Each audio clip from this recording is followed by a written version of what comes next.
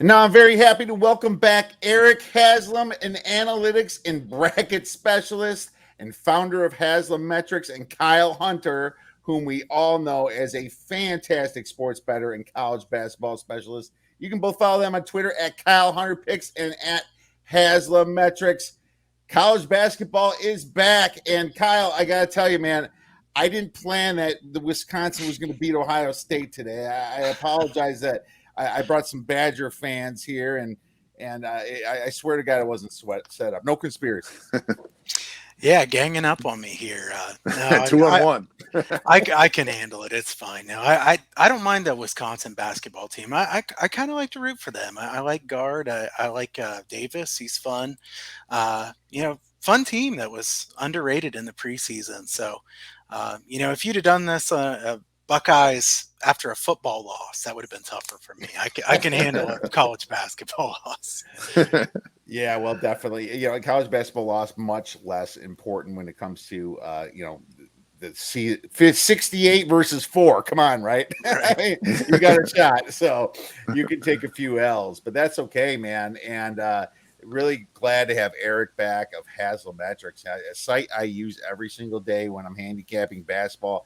Erik does such a great job. If you're a longtime listener to this podcast, you've heard a lot of Erik's great stuff. And I guess the first question I should ask you, Erik, is for the new listeners out there, could you just briefly explain what Haslam Metrics is, why you have it, and what it's used for? Yeah, so Haslam Metrics was something I actually released. HaslamMetrics.com was released in, I think, 2014. And the work for it began before that. And really what the motivation was very simple. I wanted to perform well in the brackets. And it was something that I've had a love of March Madness going back to the late 90s. I remember, I think the first year I really fell in love with it was the year of that Loyola Marymount team after Hank Gathers died, and you had Kimball, and that was Paul Westhead's team. Loved that. And then I just kind of fell in love with the tournament. And I would be the first person out there to grab that USA Today in the 90s. Back when, I don't know if you remember this, but you opened it up and you had the team capsules of all the teams. And I used to love it. And, about 10 years ago, I looked at this and I kind of said, I kind of want to do this my own way. I understood how people use the 4 factors of Dean Oliver to kind of give an idea of how good some of these teams were. But I kind of said, I don't really trust that. I want to do it my own way, and I want to do it using my own strategy. So the yearbook answer that I have on the website is that the Haslam Metrics goal is to provide unique statistical insight and to offer predictive analysis based on teams' prior performances in a given season.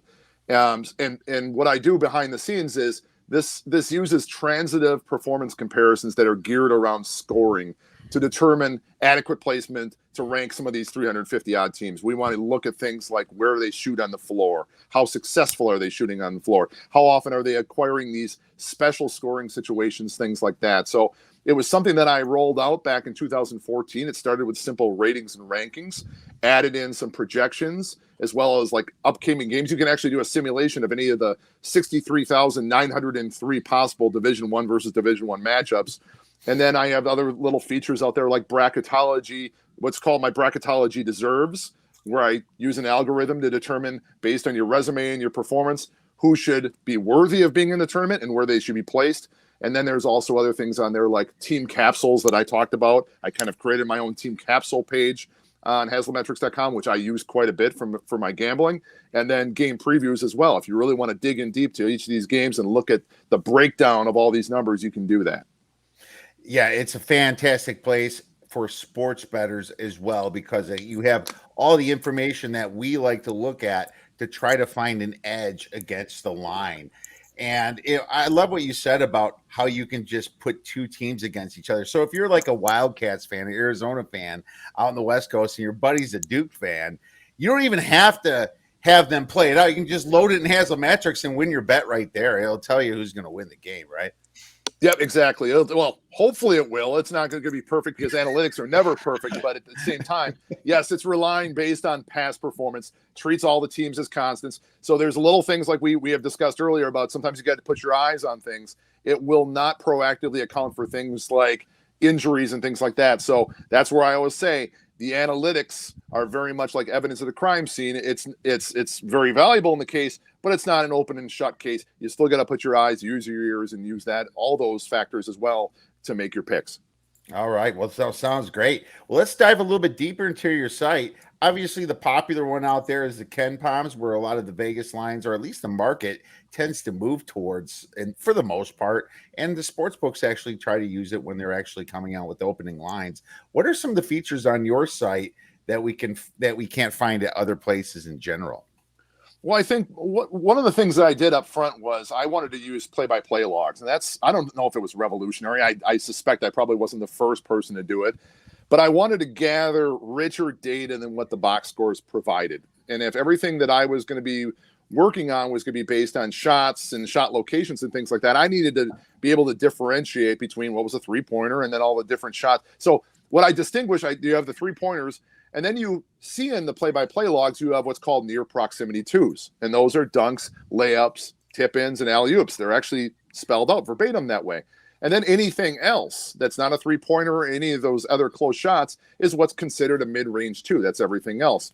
By doing that also, using the play-by-play logs, it allowed me to implement the concept of, you may see it on Twitter, if people who follow me, #analytically final. And the idea of analytically final is I have an algorithm, or it's more of an equation, that based on the margin, who's winning right now and how much time is left in the game, once we get to a point in the game where the game is mathematically over or analytically final, I just cut off all that data after that point, because usually at that point, the winning team is putting their scrubs in, they take their foot off the accelerator. I'm only interested in rating teams when they're trying to play at their top game. I've seen before teams go up 26 and all of a sudden the game ends up with a 12-point victory. Well, is that truly indicative of that team when they were up 26? You know what I'm saying? So that's another thing that play-by-play logs allowed me to add in there. But as far as like some of the things on my website, momentum is a particular metric that a lot of people like. Momentum looks at the last rolling 4 to 8 performances. There's an away from home metric out there, which is going to tell you how teams perform away from their home court. Consistency is another one. If a team is very erratic, it looks at offensive and defensive efficiencies, tries to see if a team is up and down, if they're all over the place or really quite consistent. And then one of the other things I took a lot of pride in, put a lot of work into, was the automated team summaries that I talked about, those team capsules, which I use quite a lot in the automated game previews. If you click on any team out there, you will get this full rundown of who they are, what they've done, how they've performed in their last 5 games, what their best performances are, worst performances by month. And if you look at the game previews, you can click on any of the little P's out there next to all the all play estimates or the upcoming games. You can get an automated game preview. Just a lot of stuff that I just kind of built on the fly, and it kind of makes it, kind of gives Haslametrics its unique flavor, I would say. Totally. I mean, I completely agree with that. Let's dive a little bit more into this momentum part of it. Are you factoring momentum based upon their, I guess, efficiency increases over the last 5 games? Are you factoring the strength of schedule and averaging that out? So what happens is, based on every particular position of where a team is in their ratings, you have an expectation. And what the momentum looks at, and one of the things, if you look at click on any team here and you'll look at all the performances, you'll see a score that's associated with each particular performance. So if you go to the site and click on Wisconsin, you can scroll down near the bottom. You'll see the best performances, worst performances, last 5 performances. And then over on the far right column, there's something called efficiency. And that is an efficiency rating based on how they performed in that game versus what Haslametrics.com would expect them to do based on their rankings today. And the idea behind momentum is I want to look at how they're doing over the last roughly 6 games. And it was 8 games, and I kind of moved it back. I changed momentum a couple weeks ago because I said, I think that's too much. I'm looking for more of the last 6 games. And I don't want to just do 6. So I kind of do a rolling 4 to 8, if you know what I mean. You kind of look at your last 4, 5, 6, 7, 8, and then you average them. And you compare that performance rating over those last 4 to 8 games versus the entire season. And the difference gives you that momentum rating. So you really get a good idea of how a team is performing as of late over the last, say, 2 or 3 weeks versus the rest of the season. Really is something that caught on with a lot of people. A lot of people love it. It really identifies those teams who are red hot and the other ones who are ice cold. Yeah, I see that actually, and I also see the Haslametrics all play percentage ranking by day. Is that kind of shows you the line of momentum a little bit? Like The all play. If it goes dips down and goes back up. Oh yeah. So if you go to that the page on any team at the very bottom, you can plot out how they've ranked on my site, and you can actually change that drop down if you want to just look at offensive efficiency or you want to look at defensive efficiency. You can do that as well. But yeah, the idea behind that is to see how a team has progressed as the season has gone along. And I like to look at it for a team, for example, like Marquette. Marquette is a team that has really skyrocketed in the last month. So you go and you open up Marquette and you see how it kind of goes down into early December, wasn't playing all that well, and all of a sudden they have skyrocketed north in the last month. Really gives you a good visual of how the team is kind of going through ebbs and flows throughout the year. Yeah, I love it. It looks great. This is the Wisconsin one right here that we're looking at here on the screen, and obviously, when that Ohio State game pops up, it's probably going to like spike way up here, Kyle. I'm thinking, but yeah. Anyway, it's a great tool because a lot of times we want to get on trends of teams kind of fading a little bit and try to get ahead of it a little bit more, and try to jump on a good ATS streak. So that's really important for us sports bettors. So absolutely love it. Great stuff there. And I was going to ask you about the stat that's underrated, a team's 3 of the last 5 games. I think that kind of answers it in a way, if they have momentum or not. It's based upon their past performance, though, right? Yes, it is. And one of the things that I like to do, like you said, if you want to, I just picked arbitrarily momentum being that rolling 4 to 8 games. But one of the things that I like to do is I will, if I'm looking at betting a team, I'm going to open up their team page, and I'm just opening up Tennessee right here. And I'm going to scroll down, and I can see there's something I added this year. I used to have best performances and worst performances. And then I said, well, I really want to see how they did in their last 5 games. So if you're interested in their last 1 game or 2 games or any of those, it's going to list the last 5 performances on there now and also give those efficiency ratings. So I look at Tennessee, and I see that 2 of their last 5 games got positive ratings. The most recent one was a 20-point win over South Carolina that got a positive rating. Before that, they had 3 negative ratings in a row. There was the loss to LSU. There was an overtime win against Ole Miss, and there was a loss at Alabama before that. So you can really get an idea. I like to look for those. If I see all greens, that means that's a team that's red hot. If I see all reds, it's a team on the decline. No, it makes absolute sense to me. That is some great stuff. Thank you so much. Kyle, don't you have a question as well? Yeah, I wanted to ask about the first, I want to say, Eric, I love the site, and my favorite part, I love the previews. I love being able to click the P right there next to it and put the 2 teams next to each other. One team in possession, the other team in possession. Who's got the advantage? Who doesn't have the advantage in what specific spots? But I really like the second chance conversion percentage number because not all offensive rebounds are equal. If you're taking a long 3, you get you get it back, you basically reset. Whereas some of these other teams, like a Purdue, stands out this year when you look at second chance conversion. They're just so much higher than anybody else offensively. It makes a lot of sense when you think about who they have down low. Obviously, Williams and Edey. I mean, they should be pretty good at that. But I was kind of curious if second chance conversion percentage is something that you've found in past years that teams that are top 10 teams tend to always be right there at the top of that. Yeah, as far as like second chance conversion percentage, those are one. I had mentioned earlier that there are kind of a couple stats where I thought like I want to do things differently. Where are teams excelling and really scoring at a higher rate than you normally expect? And when I started Haslametrics, I came up with 2. You're either scoring quickly off of a steal, so like a breakaway situation where you're getting a steal and scoring within 10 seconds. That's the potential points off of steals that you see on my site. And then the other half is the kind of split in 2, which is the potential points off of second chances and the second chance conversion percentage. Those are quick points off of putbacks. So if you are grabbing offensive rebounds and kicking it out and starting the shot clock, it won't show up there. But this is more designed to find someone getting an offensive rebound and quickly scoring within 5 seconds afterwards. That's the idea behind it.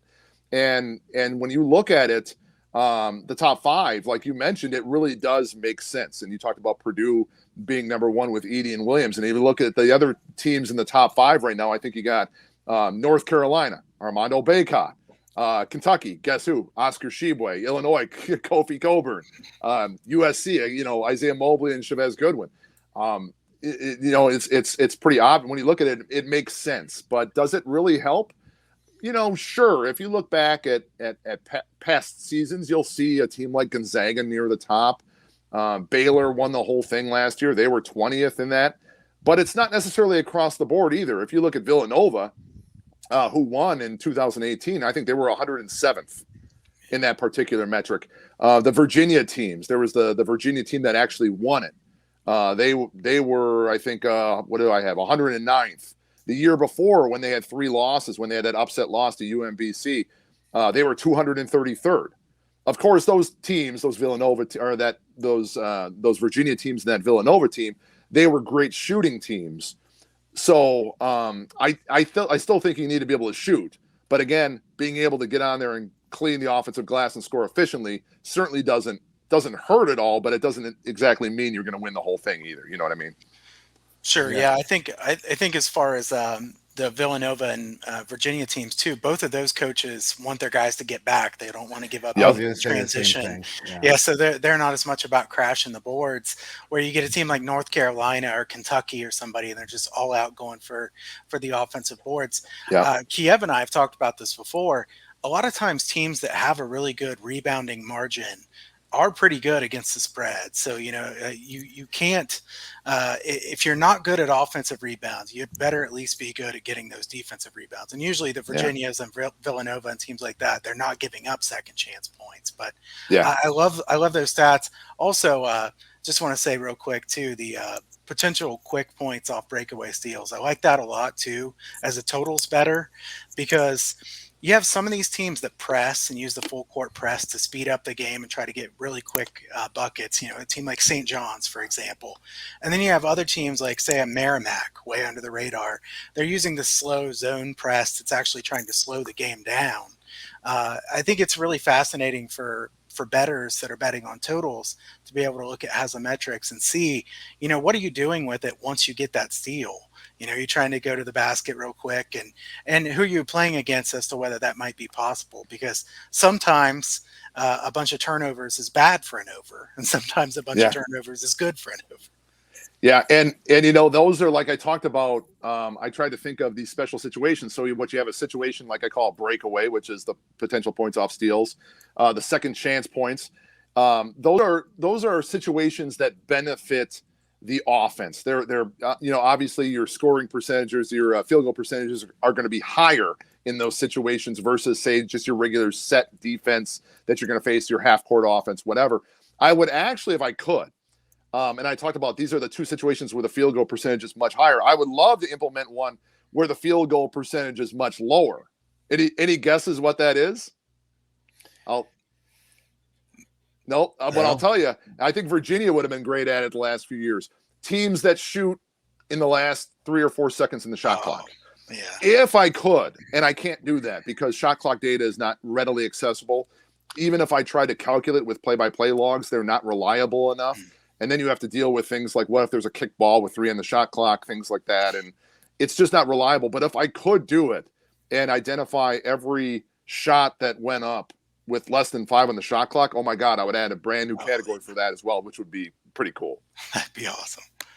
Yeah. Also, Kyle and I like your stat about mid-range shots, because typically mid-range shooting teams, especially the one that's percentage of shots that are mid-range versus the average opponent, we like to fade those teams, because you're not really helping yourself. You're not getting that extra point because it's a 3-pointer. It's not helping your effective field goal because of that. And it's a farther shot than a dunk, So we find all kinds of little snippets into your website. And when we get into these games, I'm going to bring up one too that I use that won me some money earlier this week, and I'm hoping it's going to win some money again. So great stuff, man. And I can talk to you forever about it. Just want to let you know. But we oh, me too. It's so funny. How technical do you want your algorithm to go? And I guess Right. one wonder I always had is like, have you solved the whole matchup advantage thing? Like, you have these two teams that look equal on paper. One's really good at threes, and they're actually pretty good at mid range, but they're really short down low. But then the other team is terrible at those things, but they're so big down low that the other team just should have no chance, and this team should be able to blow them out. I mean, do you factor that into your algorithm at all when you're predicting? Or that's a tough thing to do. No, it doesn't go to that extent. I mean, you could, but I always kind of take the opinion of I'm trying kind of just a good enough kind of guy. And I always, one of the things I used to have as my pinned post on Twitter was analytics is kind of like digging a grave. 6 inches is not enough, but 600 feet is just plain overkill. No pun intended. And that's the thing, is how deep you want to go, how much you want to chase these numbers. You want to, I mean, how many independent variables are there out there that can impact a game? Just infinite. Right. I gave you an example of a game tonight where I think the analytics had it was the Bucknell game, and I forget what I ended up having. I think I had, let me see here if I pull this up. It was God, I can't remember what it was. Who was Bucknell playing tonight? Oh, Bucknell was playing Lehigh. And I think the analytics had Bucknell by something like 9 or something like that. Well, guess what happened? It was Bucknell did not win, and on top of that, they got throttled by like 30. That's how do you? Yeah. It's just a you don't know. And injuries and everything. Right. Yeah. But the important point, what I was making though, you actually do supply the tools for us to look at that as sports bettors. For example, I bet UCF against Memphis yesterday, turnover margin was the whole thing. Can you factor like this team's going to dump the ball off to them a certain amount of times? Can you predict? And this team's good at stealing? No. You can't put that in the algorithm, but it gives me an advantage when I'm looking at some of that data to make good ATS decisions. And that's what's some of them, like those situations, you can kind of factor those in. If there's a team that actually scores a lot off of steals and the defense is going to give up a lot of those situations, you can actually do some of that and put that in there. And that's kind of why I don't use the raw efficiency and raw offensive and defensive efficiency numbers. I get ingrained in those second chance and quick steal numbers, kind of factor those in and kind of get an estimate of how much that's going to count for the offenses on either side. And then everything else kind of falls under that half court offense, set defense kind of standard play, which is probably makes up, I would say, probably, I don't know, 60-70% of plays out there, maybe more than that, probably. That's wonderful. You probably go a lot deeper than most other sites if that's the case. That is that's awesome. Some great stuff, man. Well, let's get into a few games then for this Saturday. And I'm going to start with Tennessee versus Kentucky. And I do go to KenPom to guess the lines, and sometimes I'll make an adjustment. They're not perfect either. The market goes away from them plenty, but I'm thinking it's going to be probably about a 4-point spread, if that's fair, 4 to 5. The total of this is 142. Now, the interesting thing about this, Kentucky's best win is against number 29 on KenPom and number 16 on Haslametrics, North Carolina. And Tennessee also beat them quite easily. The Vols have the better win against Arizona. I think Arizona might have had some troubles going into that matchup. I'm trying to remember. But they lost to the kind of the upper mid-range, the pretty good teams, the Texas Techs and stuff like that, right? That's where the Vols struggled. So they have more losses, but they had a much harder schedule so far than Kentucky. But, I'm looking at the metrics here, and I see that Kentucky shoots a lot of or Tennessee shoots a lot of threes, but they're averaging kind of a low shooting percentage for threes. I think their effective 3-point percentage is around 32%. And that's against the standard Division I opponent, the what I call the AO, the average opponent. Yeah, absolutely. Against the average opponent. And that's pretty low. That's only like around 250 something in the nation. Now, the key to what I'm looking at here is that the Vols are bad on the road. They're only shooting 44% effective field goal, 54 at home. Kentucky, they should have a big edge because they're the 6th best rebounding team in the nation defensively. Kentucky is it depends upon which site you look, but they're around 6, 7, somewhere around there. So I'm expecting them to clean up a lot of boards here. being that the Vols are a bad travel team, Kentucky's a good home team. I looked at the last 5 games between these two teams. The home team won the last 5 games and covered with ease. It's been blowouts the last 5 games. So I'm probably going to be laying this 4 to 5 points here with Kentucky for a couple stars. Have you guys looked at this game? You can go first, Eric. Yeah, I right now I have Kentucky roughly by about 7.5. The over under you said was 142, and I have exactly the same thing right now.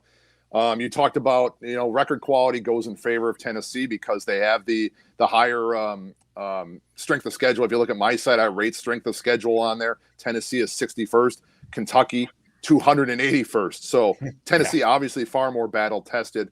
But I'll say this: the analytics love Kentucky right now. They are at earlier this week they got up to number 5 for me. That was their highest ranking in almost 5 years at my site. They're coming off of their second best performance of the year. They smoked Vanderbilt down in Nashville. They're 59th in my momentum metric, 3rd in offensive efficiency, 1st in field goal rate, which means that factors in a lot of things. They're getting more shot attempts than anybody else out there. That usually means they take good care of the ball and they hit the offensive glass. We've already talked about them with Oscar Tshiebwe hitting the offensive glass. 7th in field goal percentage, 4th in near proximity percentage. Oscar Tshiebwe, who's averaged 50 he's averaged, I think, 30 and 15 over his last 2 games. But this is a team that can also shoot, 28th in 3-point percentage. So a lot of talent there on offense. And Tennessee, they're sub 300 in momentum right now. And that's more an indicator of how hot they were in November and December. They've just kind of come down to earth a little bit. They've lost their last two of their last 4 they've lost. Both of those were away games. Very like this one is going to be. And they lost at LSU. They lost at Alabama. The pros for Tennessee is they're 2nd in defensive efficiency, 5th in defensive field goal attempt rate. So, kind of a clash there with what Kentucky has.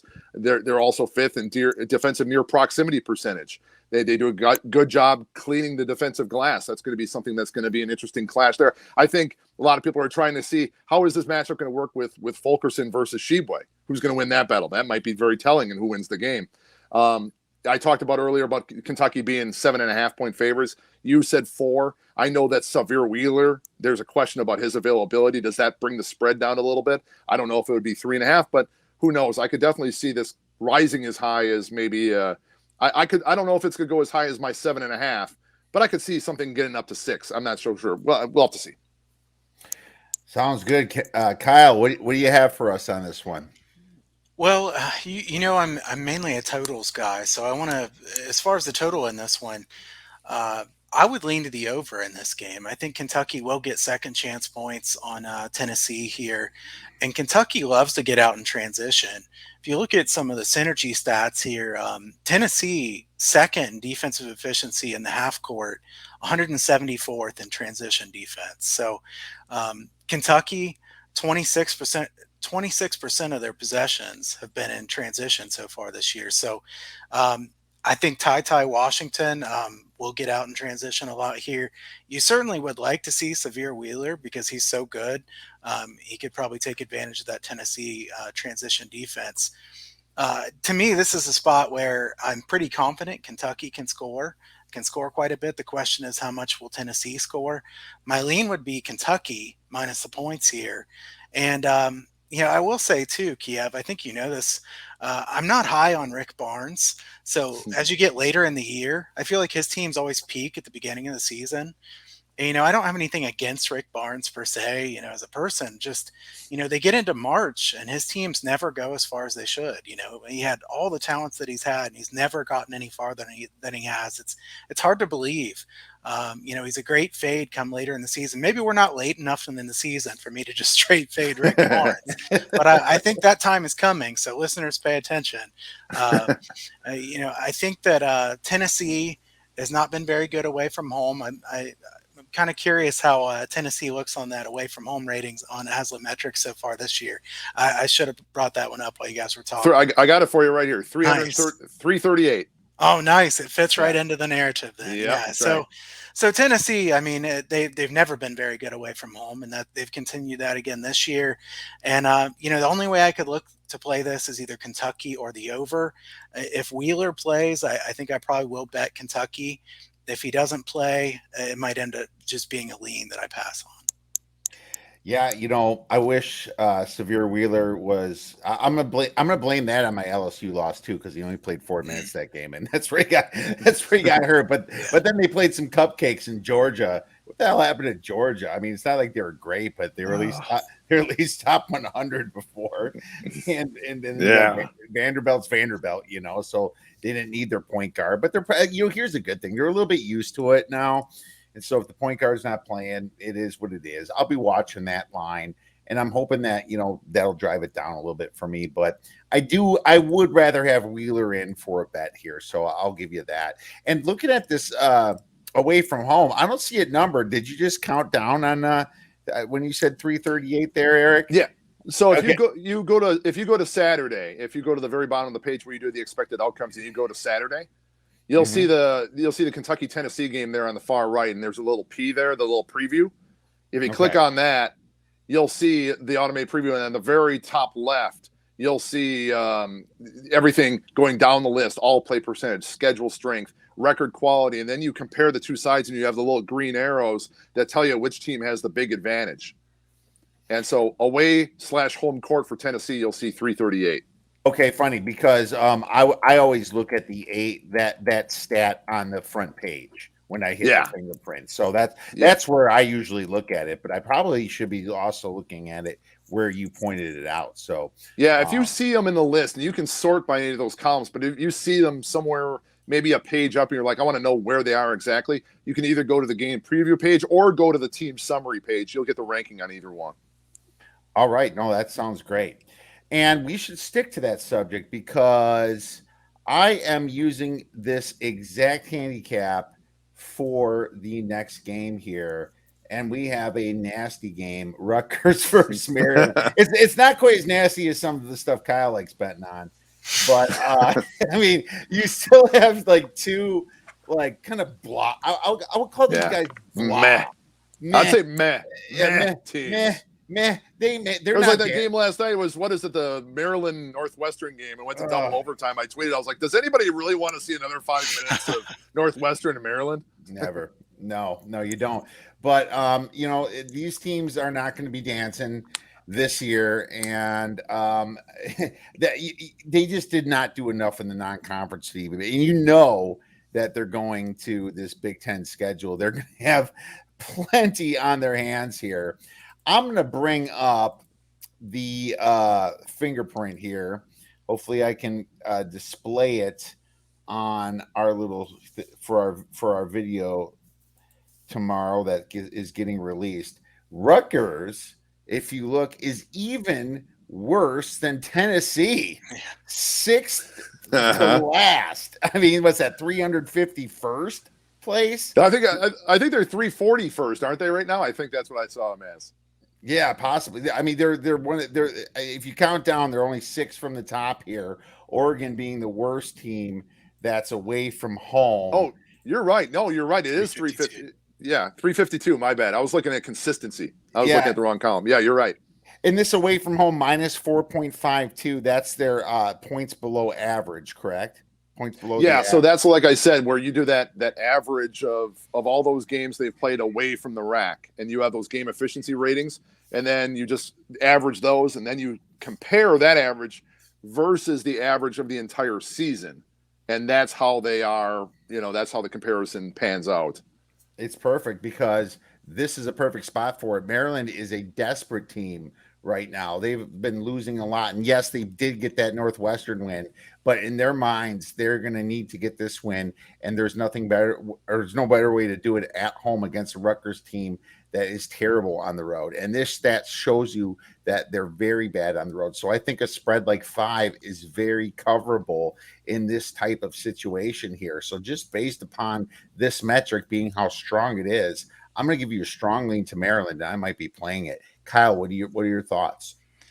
Yeah, my first thought is I don't know that I'm too interested in wanting to bet this game. I don't like laying points with Maryland. I don't think Danny Manning's a great coach either. Turgeon wasn't doing a great job, and then Manning takes over.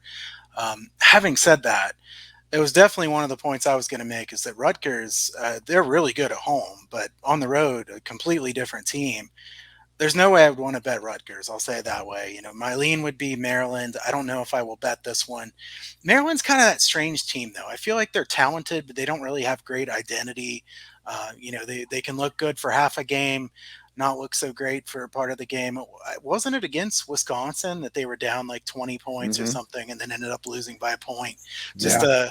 a wild game. Yeah, Wisconsin was at 29-8 and then Wisconsin won. fell asleep that game pretty much. Yeah, that was a wild game there.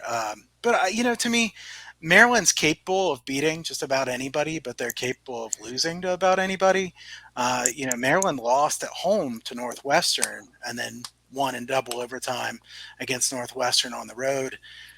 I would lean toward an under in a game like this because Rutgers' offensive efficiency numbers are pretty bad, especially away from home. So I don't think the tempo will be too quick.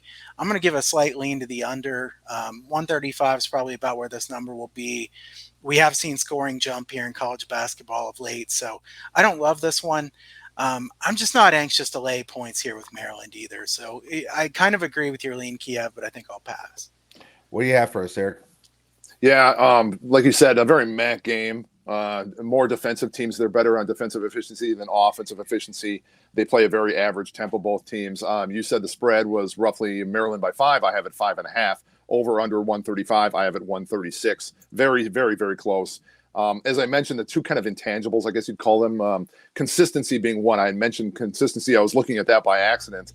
Rutgers, one of the most inconsistent teams there are. So you don't know what you're going to get from one game to the next.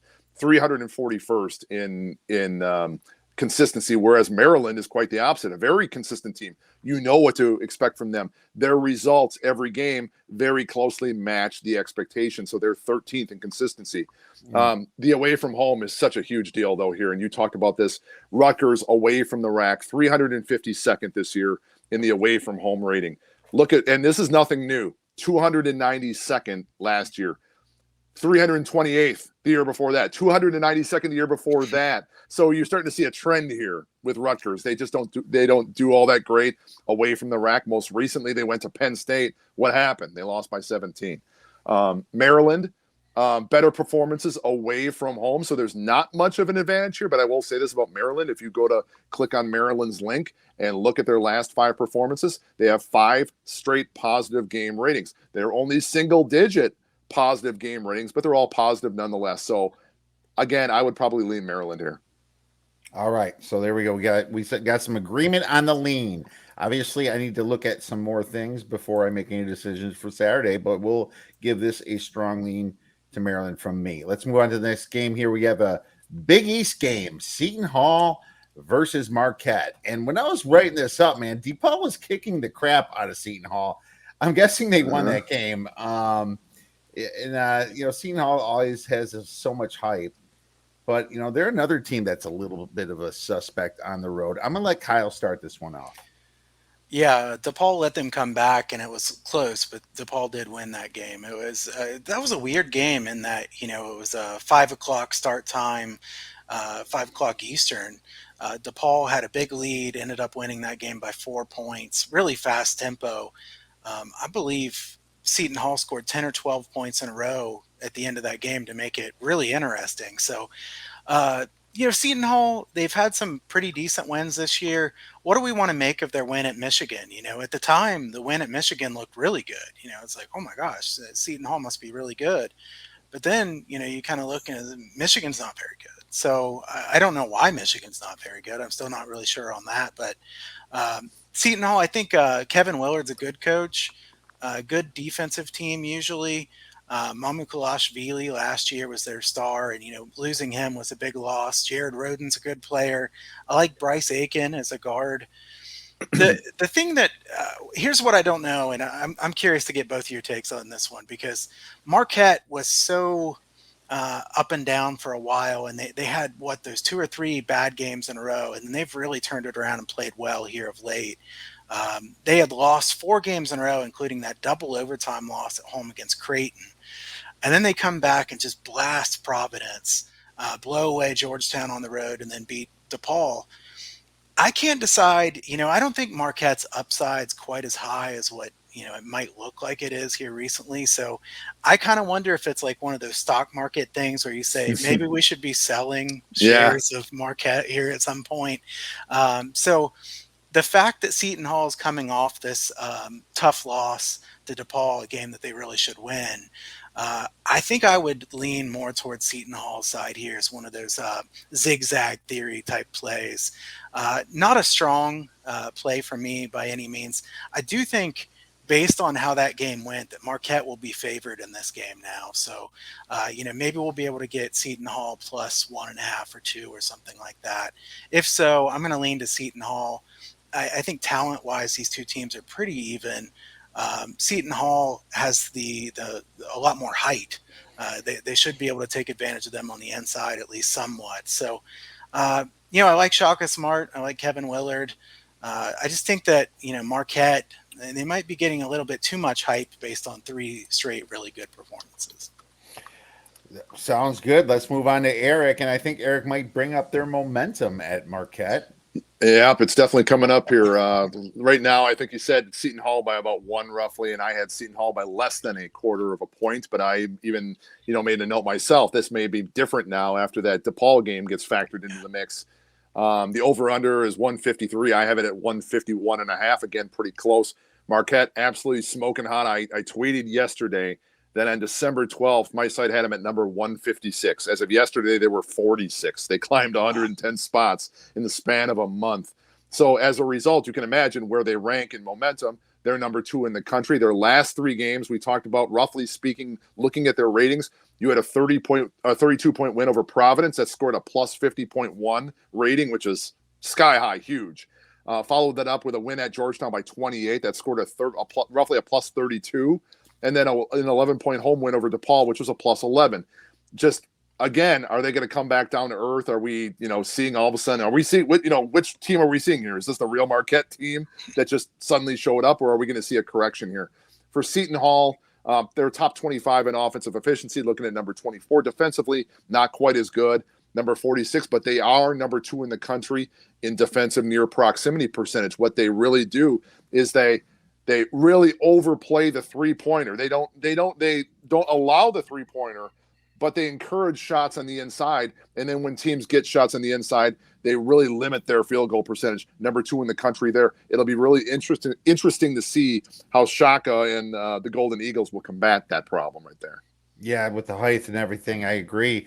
But Seton Hall is in a little bit of a compromising spot here, being that they just played at DePaul tonight. And they're going to come into this game tomorrow. I'm guessing it's an earlier game. I'm not sure what time it is yet. But it's less rest. But at the same time, I might look to the over in this game. My number's a little higher. My number that I put through my little efficiency calculation that I use some of your data for came up to 158. I think these teams have they get rid of the ball fast. Marquette is 6th in average possession length. Meaning they're shooting pretty fast. Seton Hall is 34th. I think Marquette's going to dictate the pace, being that they're at home. So maybe it does run out on Marquette, and maybe they do end up losing because of the boards. But being at home, I can somewhat trust them to hit some shots here. Very equal strengths of schedule here. Like you have Seton Hall at 19, Marquette at 18 over here. They definitely had their lull, but being number 2 in momentum is just really interesting to see. And I'm curious what Seton Hall's momentum is going to look like after that loss to DePaul last night. Yeah. But I'll tell you, I'm probably going to be playing the over in this game when it comes down. Kyle, you had a game that you gave me earlier, and to be honest with you, I looked at the matchup and I kind of liked it. Why don't you tell our listeners which one it is? Yeah, I wanted to get to mention this because, I love talking about the mid-majors. I like talking about some of these under-the-radar games. And Murray State and Belmont. Murray State's leaving the OVC, so they're about to go to the Missouri Valley Conference. So this has been a rivalry game between the two teams that are the best teams in the OVC pretty much every year. And, Murray State, are they going to be up to the task here against Belmont? I think this is a pretty fun game because Belmont's always been really good at home. Their home court advantage is very impressive. I see, looking at Haslametrics right now, they're 25th when it looks at the home court advantage there. So, they definitely are a very well coached team. I think Casey Alexander is a really good coach for Belmont. Murray State, they've been a little bit more up and down than has Belmont here of late.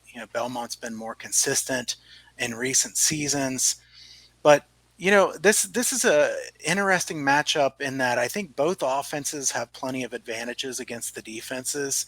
It would surprise me if this is a low scoring game.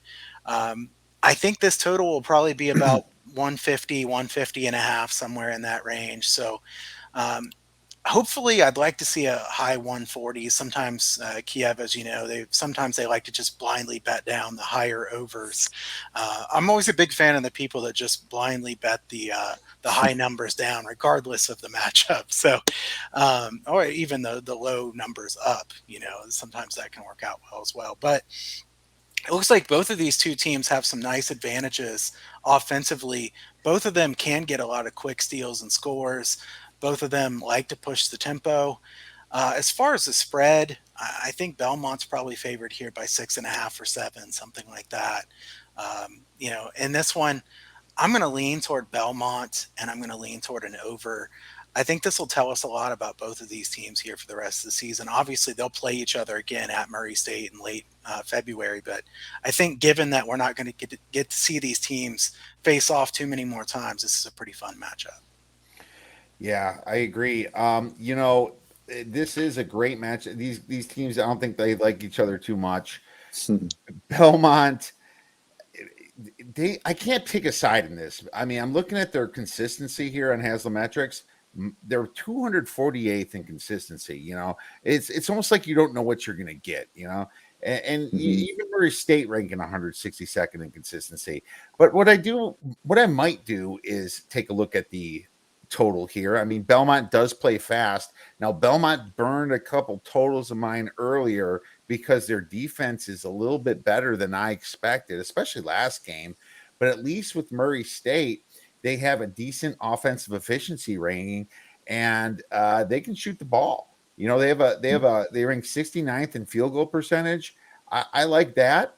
31st in 3-point percentage. That tells me that they might be that team that can score with Belmont a little bit. I mean, let's face it, Belmont hasn't faced a lot of great teams, and so sometimes their numbers are a little inflated from it. But I do hope that, like you said, Kyle, maybe we're going to get some people here betting the under, and I'll be able to take it over a little bit later. What are your thoughts, Eric?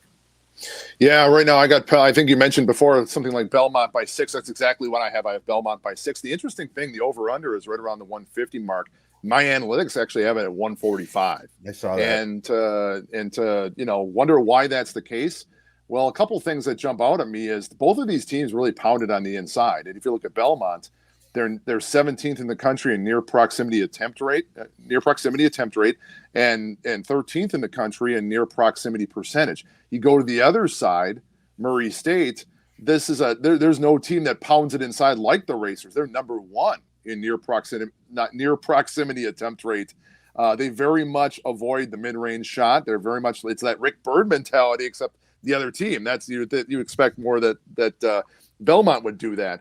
But right. Belmont's another team with great momentum. They're number 5 in the country in momentum. They have 6 straight games with positive game efficiency ratings. 3 of those are plus 20 or greater. They're knocking on the door of my top 25 at number 29. They're a team that scores very quickly off of steals. Defensively, very conservative. They're second in defensive free throw attempt rate, which means they really aren't going to try for steals that often. They're very conservative. They're going to play good defense, try to make you work for the entirety of that shot clock. They're top 40 in that same category each of the last 5 years, defensive free throw attempt rate, which means, again, very conservative, less likely to try to force turnovers. They're just going to play solid defense for the entirety of the possession. Both teams like to push on the inside. you're talking less 3-pointers. For that reason, I would probably inclined to go on the under. The analytics seem to put them at 145. If Vegas puts it at 150, I'd probably go and take the under on that one. Sometimes I avoid games with the unders, especially if you're going to have a game that's separated by less than a point or something like that, because you're thinking overtime. But with a game where Belmont has it by 6, I'd be inclined to stick with the under. Oh, that's okay. I mean, your numbers say the under, so that's interesting. That's definitely that goes against my inclination. So we'll see what happens when this thing tips off. But it's always number dependent, from what I always say. When we're predicting lines, you never know where the market's going to take it. So good stuff there. Do you have any other games you want to throw out there, Eric? No, to be honest, I never looked that far ahead. So no, I did not really look at, I can see some games that are coming up. I look at that Auburn Ole Miss game, and I keep wondering, Auburn being as consistent as they've been, they don't bring they just do not bring a bad game at all. And we kind of joked about this before the show, and I said, if you look at the worst performances, when their second worst performance of the year was a 28-point victory over the number 262 team, you're doing something right. And I just keep wondering, are we ever going to get a bad game from Auburn? We just haven't seen it. Are they going to have a letdown game where they go to Ole Miss and all of a sudden there's that game that we've been waiting for? That's kind of a game I was kind of looking at. And then, of course, I'm always intrigued with the WCC now. How much of a fight is Gonzaga going to get against Santa Clara? That's going to be, I don't know what that spread is going to be. Santa Clara was a little bit talked up, very much like Loyola Marymount was before the season, and may not have quite delivered as much as promised. But all of a sudden, you're getting Santa Clara at home. Are they going to be competitive with Gonzaga, or is Gonzaga finally going to hit the accelerator like we expected them to do? They really haven't met expectations in my mind. Now, granted, their expectations were sky high. They're number 7 at my site right now. Are we finally going to see that Gonzaga team that everybody expected from the start? And all of a sudden, are they going to skyrocket and be a team that's going to be top 3 in a month from now? Who knows? Who knows, man? One thing I will say is we have an interesting matchup tomorrow. Michigan against Purdue. You got Michigan versus Illinois. Coffee versus Hunter Dickinson there. And now Michigan's coming off the COVID. So this line it's inflated, this line here, man. Coffee's great until he faces somebody that's really. I remember him and Luca. Luke Haas from Iowa last year? Isaac Haas. Luke Garza. Luca Garza was. I was thinking Isaac Haas. I was thinking him too. Luca Garza always gave him a really tough run. So and I know the guard play isn't as good as it needs to be for Illinois or Michigan. So I'm thinking, man, this is an inflated spread. But I wonder what Haslam has on that game. I'm going to quick pull that up here. Yeah, I got Illinois. The analytics like Illinois by 11 in that game. Okay, so you're actually close to the spread there. Yeah, is that what it is? Interesting. I'm surprised it's that high. I am too. But Michigan, you have them rated 45. You jumped off, and you had the Ken Palms that still have Michigan right next to Wisconsin right now. So as I was kind of saying before, that definitely blew my mind a little bit. Before we go, I forgot to mention one thing about your site that I really like. Your bracketology under deserves. You have Wisconsin a 1 seed in the NCAA tournament. How about that? I mean, there's no bias there, is there? By chance? No, God, no. No, the best thing, the thing about the deserves is the deserves only evaluate the games that are played right now. And so a lot of people could, you could probably plug in the ratings and predict the rest of the games. And obviously Power 6 conference teams are going to rise up and the mid-majors are going to drop down, because you're gonna, if a Baylor plays a Kansas, someone's got to win, so someone's going to score a big win. Whereas teams like a Murray State or an Iona, they're just not going to be able to get those impact wins. So as time goes along, those mid majors gradually drop, those power conference teams climb. But based on what Wisconsin has done this year, it's kind of funny when you look at those teams that are on the 1 line right now. It's a mixture of your performance ranking and your resume. And that's another thing you can look on my site. If a lot of people will say, well, this team is undefeated, how are they that low? Like they used to say that about Colorado State. Performance rankings are about performance versus the expectation. You can have good losses and bad wins. Whereas resume, or if you look on my site, there's a metric called RQ, which is record quality. That is more your resume. That evaluates how you do as a team from a wins and losses perspective. So If you look at my 1 seeds right now, it's Auburn, who's ranked 3 on my site. It's Baylor, who's number 1. It's LSU, who's number 8, and then Wisconsin, who's 23. But the reason Wisconsin is so high at 23 is because that record quality right now, number 2 in the country, and could be number 1 after we factor in the Ohio State win. Yeah, there you go. Yeah, we'll see how that pans out tomorrow after you run your numbers in the morning, and we'll check out Haslametrics. Awesome.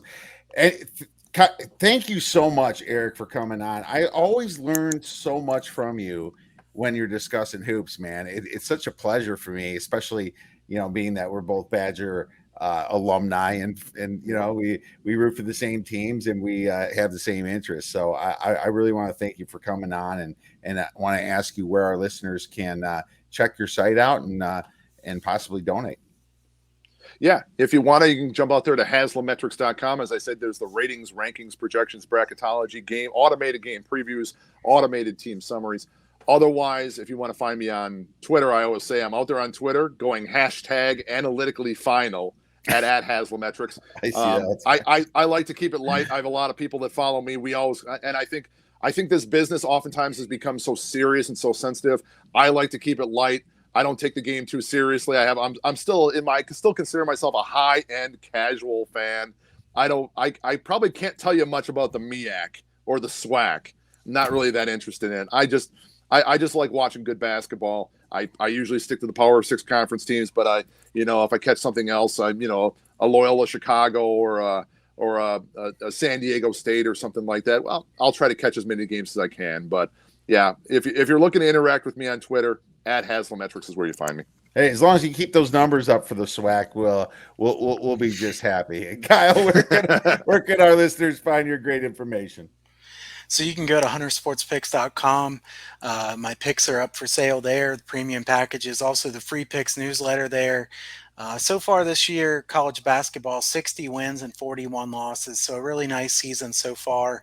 Was just kind of sweating in one of my biggest plays as I was at it tracking. I have to admit, Eastern Illinois, SIU Edwardsville under. So I know it sounds like a degenerate special, but I had that one and it came in nicely. Eastern Illinois has been a nice under train so far this year, just so bad on offense. But go ahead. No, I was just going to say, Kiev, I love those under the radar games. So those are the ones that I find a lot of value in, especially with the totals. And it was nice to be on here today, Kiev. I always appreciate you having me on. And Erik, nice meeting you. And I would encourage everybody to check out Haslametrics.com. I like that Haslametrics is so unique. It's not like all the other sites. That's the best part about it is there's some innovative stats on there. So check it out. And you'll find that. And you're going to find the most data on Haslametrics for sure. I think compared to the rest, you can get the deepest dives by checking out Erik. So thank you guys so much for coming on.